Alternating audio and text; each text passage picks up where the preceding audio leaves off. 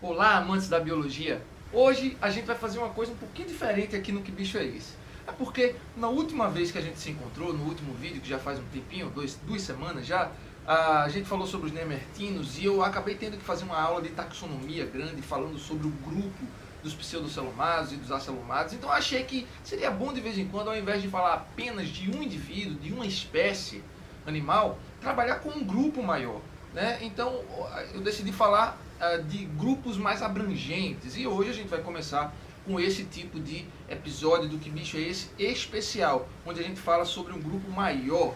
Posso falar, por exemplo, sobre um filo inteiro de animais, ou como hoje eu vou fazer, falar sobre uma ordem. Lembra da taxonomia? Reino, filo, classe, ordem, família, gênero e espécie. Então uma ordem claro, um grupo dentro de uma classe.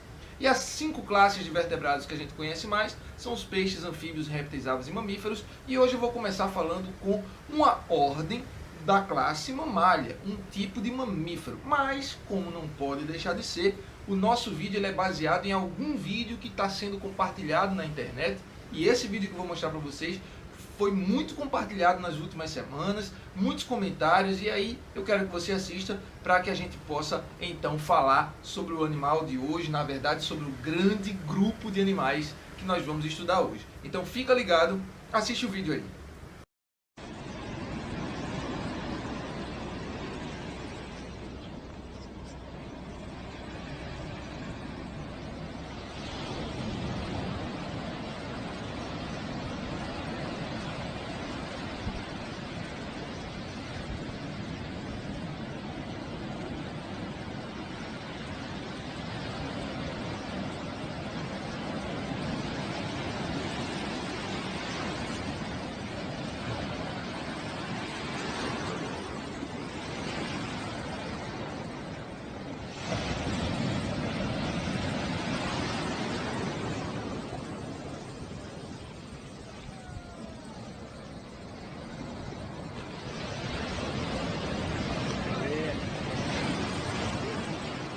Pois é, esse vídeo aí mostra um cara muito legal salvando esse animal que estava encalhado na praia. O problema é que uma galera tem compartilhado esse vídeo ainda, é uma coisa até relativamente recente, e colocando lá na legenda eu vi isso pelo menos em 5 Instagrams diferentes, de lugares diferentes do mundo, dizendo no Instagram que esse cara estava salvando uma filhote de orca. E todo mundo aqui deve conhecer as orcas, conhecidas como baleias assassinas. Mas, porém, entretanto, esse bicho aí não é um filhote de orca. Apesar de muita gente estar compartilhando e dizendo que esse cara salvou um filhote de orca, não é um filhote de orca. Então, que bicho é esse?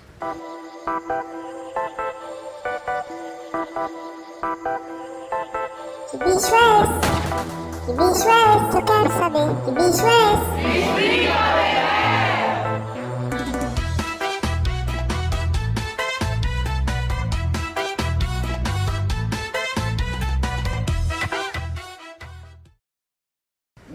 Vamos lá!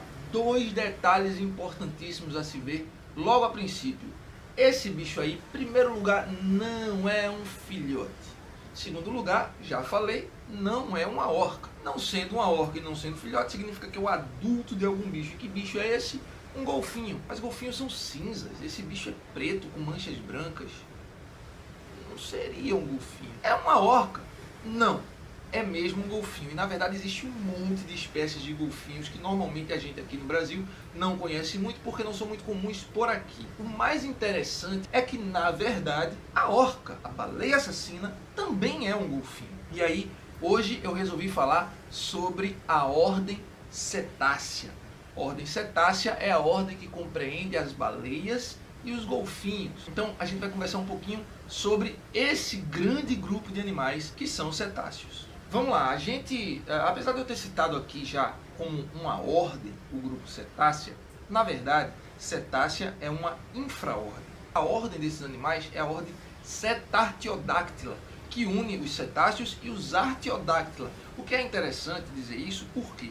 Porque as baleias e os golfinhos, eles são mais aproximados dos camelos, dos cavalos, das girafas, que são artiodáctilos, do que, por exemplo, dos sirênios e dos pinípedes. Sirênios são peixe-boi, né, e o manati, e os pinípedes são foca, leão-marinho, enfim. Esses animais que também são mamíferos aquáticos, normalmente as pessoas pensam que cetáceos são, por serem mamíferos aquáticos, são próximos a eles, mas não, eles são mais próximos evolutivamente aos artiodáctilos, que é, por exemplo, como eu falei, o cavalo, o bode, o boi, enfim. Isso é interessante por conta das características morfológicas, ósseas, estruturais desses animais. E apesar disso, apesar de serem próximos dos artiodáctilos, são completamente aquáticos. Evoluíram para o ambiente aquático. Acredita-se que a partir de um mamífero pequeno, todos os cetáceos vieram a ser formados, né? Num processo evolutivo, o Paquicetus, que pelo registro fóssil deva ter sido o primeiro mamífero dessa escala evolutiva, procurou o ambiente aquático por algum motivo e, para caçar, acabou modificando sua estrutura, modificando suas características, de acordo com as pressões de seleção, formando, por exemplo, o Ambulocetus. E aí, gradativamente, no decurso dos milhões de anos, modificações foram acontecendo para a melhoria da predação, e esse animal aí, o Cuticetus, por exemplo, já aprofundou-se mais no ambiente aquático. Outras mudanças, como a perda das patas traseiras e a modificação das patas dianteiras para formar verdadeiras nadadeiras, foram determinantes para o desenvolvimento do Dorodon, que teria sido exatamente o precursor de todo um grupo grande, né, que a gente acabou de conhecer aí, que é o grupo dos cetáceos, e vai conhecer um pouquinho mais as características, mas sempre precisando voltar para o ambiente aéreo para respirar o atmosférico, e assim foi formado esse grande grupo que são os cetáceos. Esse grupo, chamado de infraordem cetácea, porque está dentro da ordem Cetartiodactyla, é dividido em duas subordens, a subordem Mysticeti e a subordem Odontoceti. Os Odontoceti, o nome está dizendo odonto, e aí a gente já lembra de dentista e tem tudo a ver mesmo. Os Odontoceti são os cetáceos que possuem dentes. E os Mysticeti são os cetáceos que não possuem dentes, divididos claramente em golfinhos e baleias. Golfinhos são cetáceos que possuem dentes e são carnívoros em geral. Baleias são cetáceos que não possuem dentes, possuem estruturas de filtração, que são aquelas cerdas que ficam na sua boca. Quando ela abre a boca, e aí ela se alimenta, também podemos dizer que são carnívoros, mas na verdade comem de um monte de coisas, mas se alimentam quase que por filtração, porque aproveitam partículas pequenininhas que tem na água para poder se nutrir. Então esses são os dois grandes grupos, e aí a gente conhece claramente quem são os golfinhos e quem são as baleias. Porém, tem um detalhe: a baleia assassina, que foi convocada aí nesse vídeo como se fosse ela que estava sendo salva, é a orca.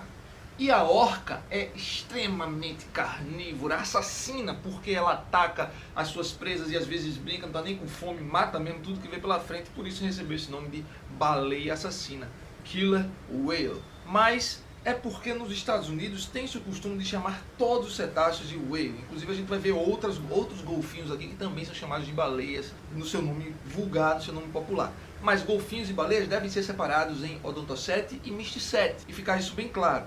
As baleias assassinas, e eu não vou mais chamar a partir de agora de baleia assassina, mas apenas de orca. As orcas, elas têm dentes, então são odontocetes, então são tipos de golfinhos. Outras características físicas e fisiológicas também separam, mas não é esse o foco do vídeo hoje.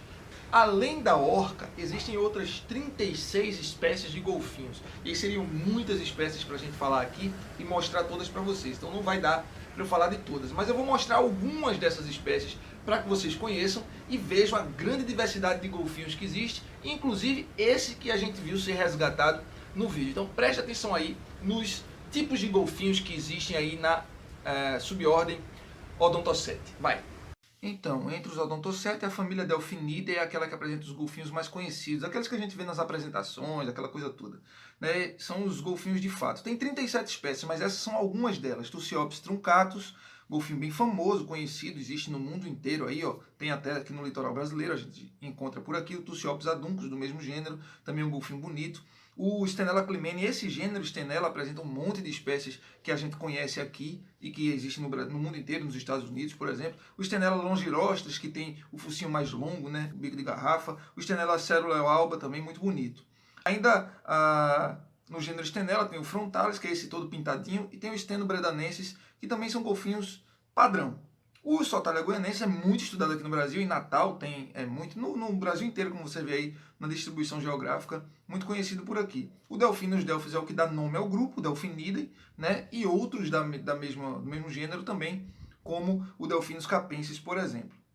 Esses golfinhos têm essa aparência cinzenta, a carinha do jeito que a gente conhece, como os do gênero Sousa aí também, que eu estou mostrando. Mas existem golfinhos diferentes, como esse que a gente viu no vídeo, né? Esse que a gente viu no vídeo ele é diferente, parece uma orca, né? Quem é ele?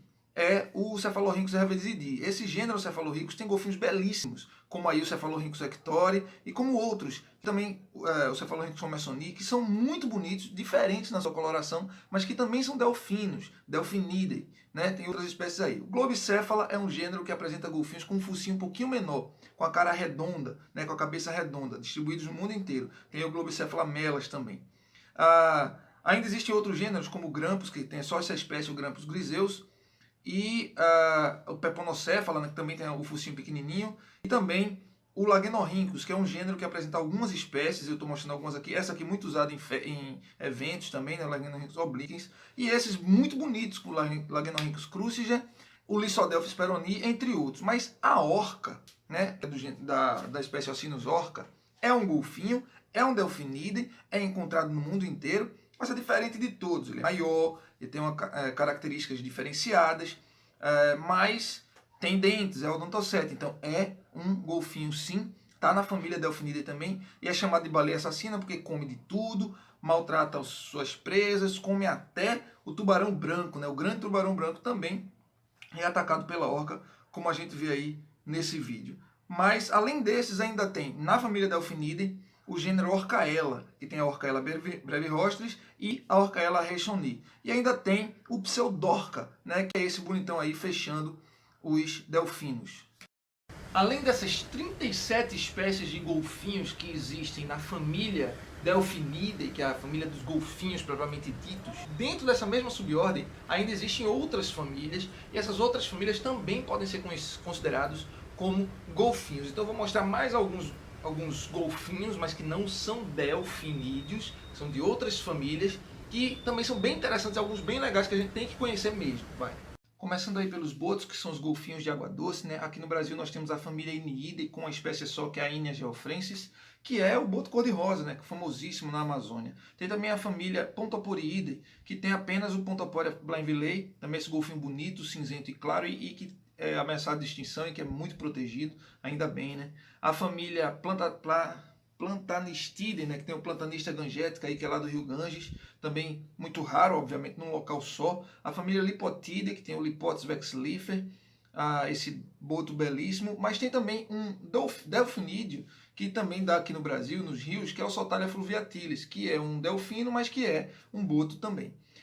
Temos também a família Modontidae, que é a família da beluga, essa baleia linda, né, chamada de baleia branca, Delphinapterus leucas, mas que não é exatamente uma baleia, porque é um tipo de golfinho, né? Acontece lá no norte do nosso planeta inteiro quase, mas que não é tão fácil de ser encontrada. Ela é o único golfinho que tem o pescoço móvel, né, que tem essa articulação no pescoço, consegue mexer a cabeça desse jeito, bem interessante, e que também tem esse globo na cabeça chamado de melão, né, esse melão que dá a ele ou ela essa capacidade de dar ecolocalização um pouquinho maior do que a dos outros golfinhos e baleias que existem, dos outros cetáceos. Está aí os dentes dela, né, mostrando que de fato é um tipo de golfinho, né, e não um misticete.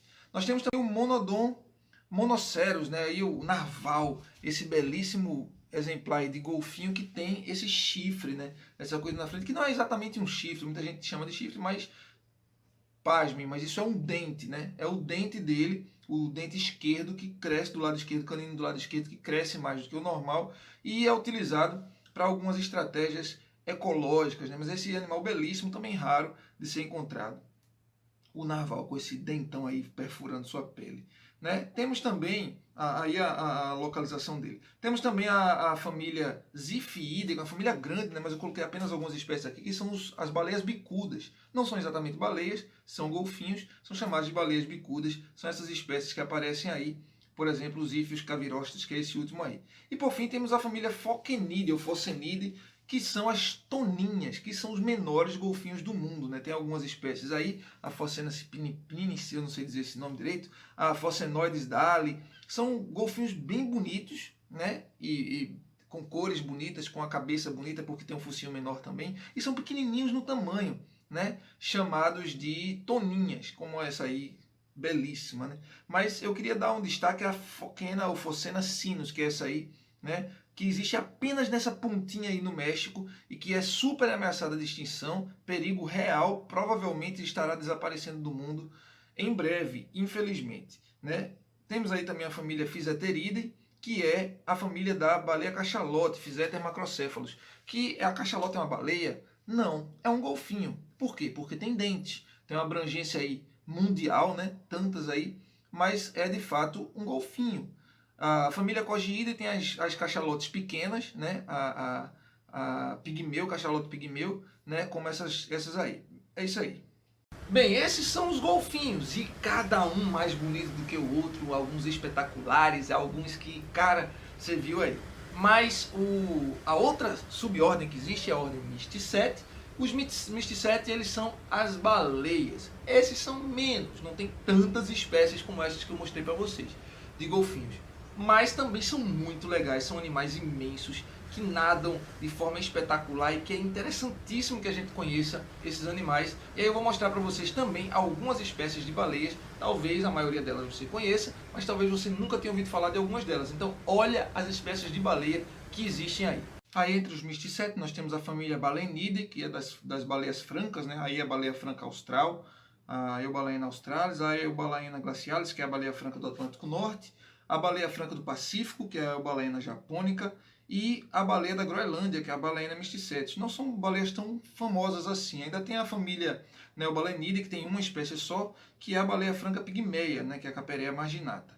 Mas nós conhecemos mais a baleia cinzenta, aí da família Escrictiidae, né? A baleia cinzenta, Escrictis robustus, já é mais conhecida, mais falada, mas a família mais conhecida é a Balaenopteridae, que tem a grande baleia azul, a Balaenoptera musculus. Esse aí, o maior animal do mundo, na verdade é menor que o Nemertino, mas maior em peso, né? Que tem uma distribuição aí universal praticamente, né? Mas tem outras espécies, como a Balaenoptera physalus, que também tem uma bela distribuição no mundo, mas não acontece aqui no Nordeste brasileiro, a Balaenoptera bonaerensis, né, também bem distribuída aqui no sul, a Balaenoptera hebrida, que é a baleia de Bride, né, a baleia comum, a baleia rorqual, que é essa aí, a Balaenoptera cutrostrata, tem a baleia de Omura, a baleia omurai, né, a Balaenoptera omurai, também lá no Oriente apenas, a Balaenoptera borealis, que é a baleia C, e por fim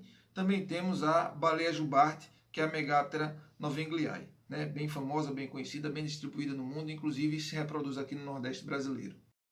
As características mais importantes que nós precisamos lembrar dos cetáceos é, em primeiro lugar, apesar de serem aquáticos, apesar de eles terem características extremamente voltadas para o nado, muito mais até do que os sirênios e do que os pinnípedes que eu tinha falado no início do vídeo, eles são mamíferos, portanto possuem glândulas mamárias e as outras características que os mamíferos também possuem, como por exemplo uma camada de gordura embaixo da pele, a endotermia e até pelos. Baleia e golfinho tem pelo? Resquícios. Assim que nascem, os pinnípedes são bem peludos e depois vão perdendo um pouquinho. Os sirênios também têm pelos e tem os bigodinhos bem fáceis da gente perceber aqueles pelos lá. Os cetáceos já não tem tantos pelos assim, praticamente não tem nenhum. Mas eles apresentam sim ainda na infância e alguns resquícios de pelo na região do focinho em algumas espécies. Sobre essa camada de gordura que todo mamífero tem, a dos cetáceos é especialmente grande. Muito grande mesmo, é uma camada de gordura que serve exatamente para o isolamento térmico, mas também para o controle de outras características hidrodinâmicas até, já que a gordura ela é lipossolúvel. É interessante lembrar que se a gente falar dos peixes cartilaginosos que utilizam-se de um óleo que produzem no fígado para controlar sua flutuabilidade, em baleias nós também vimos esse tipo de óleo, um outro tipo na verdade, mas um óleo produzido em seu fígado, e por isso antigamente as baleias eram caçadas por conta desse óleo que era utilizado para a produção de energia, para a formação de luz, para a construção de candeeiros e coisa desse tipo. Uma das coisas mais interessantes que eu acho nos cetáceos é a capacidade intelectual deles, e muito já se falou sobre isso, e eles têm um cérebro extremamente desenvolvido. Um cérebro bem mais desenvolvido do que a grande maioria dos mamíferos. Muita gente inclusive acha que depois dos seres humanos os animais mais inteligentes são ou os macacos ou os golfinhos. Se eu for falar de golfinhos, na verdade eu tenho que abranger um pouco mais e falar dos cetáceos como um todo. Uma coisa que muita gente pergunta pra mim, que é super interessante também, é aquela esguichozinho que os cetáceos traz nas costas deles. A água saindo bem. Aquilo lá é o nariz deles mesmo. Eles respiram embaixo d'água? Não, eles respiram fora da água, porque são mamíferos e têm respiração pulmonar. Então eles precisam absorver o oxigênio atmosférico para poder mergulhar. Mergulham bastante, alguns mergulham bem profundamente e chegam a passar horas sem respirar. Porém, eles precisam voltar para a superfície e respirar novamente. Só que no momento em que eles vão respirar, o que acontece é o seguinte. Na verdade, o que é liberado ali é um vapor. Quando bate na atmosfera, condensa e acaba transformando em gotículas de água. Outra coisa interessante que muita gente pergunta é: baleias e golfinhos, eles dormem? Olha, eles não podem dormir por longos períodos de tempo, porque eles precisam estar sempre no nível de consciência, porque a respiração deles é voluntária. Eles não têm como nós aquela coisa do bulbo que vai fazer com que nós respiremos mesmo que estejamos inconscientes. Eles não, eles têm uma respiração voluntária, eles decidem quando respirar. Por isso essa coisa de ir lá para cima, depois descer e tal, e por isso eles têm que dormir pouco tempo. Então, normalmente quando eles vão descansar, eles vão para perto da superfície, onde podem estar respirando com mais facilidade, e aí ficam meio que paradões ali em cima, por cerca de 15 a 20 minutos no máximo, e depois já voltam à atividade. Isso é bem interessante. Como a gente falou ali da beluga, cetáceos têm uma capacidade de captação de sons muito interessante, de ondas, apesar de eles não terem ouvido, não tem a orelha externa, não tem nenhum órgão ali de captação de som que a gente possa ver na sua cabeça, mas eles têm sim uma captação super desenvolvida de detecção de fato de sons e de ondas embaixo d'água. E além disso, eles também produzem muitos sons, que é um grande dilema. Tem muitos cientistas estudando a questão da comunicação entre os cetáceos, entre os golfinhos, e que parece sim que é bem complexa essa comunicação, que existe um repertório vocal bem complexo, um range de comunicação bem grande, quase como a dos seres humanos, e esse é outro dos fatores que leva a gente a acreditar que os cetáceos estão entre os animais mais inteligentes do mundo. Agora, uma coisa interessante com relação a esse vídeo que a gente viu lá no começo, o vídeo do cara salvando o golfinho de Heaviside, Cefalorhynchus heavisidi, é que normalmente golfinhos eles vivem em bandos. Na verdade, cetáceos em geral normalmente vivem em grandes grupos. E quando um encalha, é muito comum que vários outros encalhem também, exatamente por causa dessa estratégia de comunicação que eles têm. Normalmente, se um encalha, se está com algum problema, ele vai emitir sons que talvez a gente nem ouça, às vezes sim, e os outros eles vão ouvir, vão chegar perto e tentar ajudá-lo, e acabam encalhando também. Aquele bichinho estava lá encalhado sozinho. E aí, quando isso acontece, é muito importante, exatamente porque esses animais vivem em bandos, em grandes grupos, é muito importante contactar um profissional da área. Se você estiver na praia e se você vir um animal assim, é óbvio que você tem que fazer tudo para salvar a vida daquele animal, mas, por favor, se for possível, se você estiver numa praia aqui, por exemplo, no Nordeste, aqui em Pernambuco especificamente, você pode entrar em contato comigo no meu site que tem no biologiasobcontrole.com, tem lá meu telefone, no Instagram, pode falar comigo, que eu estou direto lá no Biologia Sob Controle, ou mesmo pelo WhatsApp, para quem tem muitos alunos meus que assistem os vídeos. Entre em contato comigo, eu entro em contato com outra pessoa que seja profissional da área, porque o mais interessante a se fazer é tentar manter aquele animal com água sobre ele, jogar água, às vezes a galera faz um buraquinho, né, para colocar lá quando tem um tubarão encalhado, ou quando tem uma baleia encalhada, ou um golfinho, que seja. Apesar de que, por exemplo, com baleia e com tubarão, os cuidados são diferentes. Então é muito importante que, se tiver alguém que é profissional da área, alguém que conhece realmente daquilo ali que está sendo feito, possa estar presente para poder fazer antes de você simplesmente pegar esse bicho, puxar a cauda dele e jogar de volta ao mar. Talvez isso possa não ser tão bom. Então é interessante primeiro saber isso. É óbvio que a ação do cara foi fantástica, ele quis salvar aquele golfinho ali, mas pode ser que em casos como esse não seja o melhor a se fazer, tá? Então é sempre bom lembrar disso. É isso aí, gente. Eu falei um pouquinho sobre os cetáceos. É uma ordem, na verdade, vocês já aprenderam, uma subordem. A subordem cetácea bem grande, com muitas informações. Tem muita coisa que eu não falei hoje, né? O vídeo está muito grande já. Então, a gente pode tirar dúvidas em outros momentos, quando aparecerem novas perguntas a respeito do que bicho é esse, em outros, de outros cetáceos ou o que seja. Se você teve dúvida, manda pergunta para mim que eu respondo. E se você gostou, curte o vídeo, se você assistiu até o final. Se você curtiu o canal, curtiu de achar legal, mas ainda não curtiu no YouTube mesmo, então vem aqui embaixo, curte e ativa o sininho. Porque no Biologia Sob Controle a gente fala que bicho é esse, que tantos outros bichos são, e tem um monte de coisas sendo pensadas como projetos aí pra frente.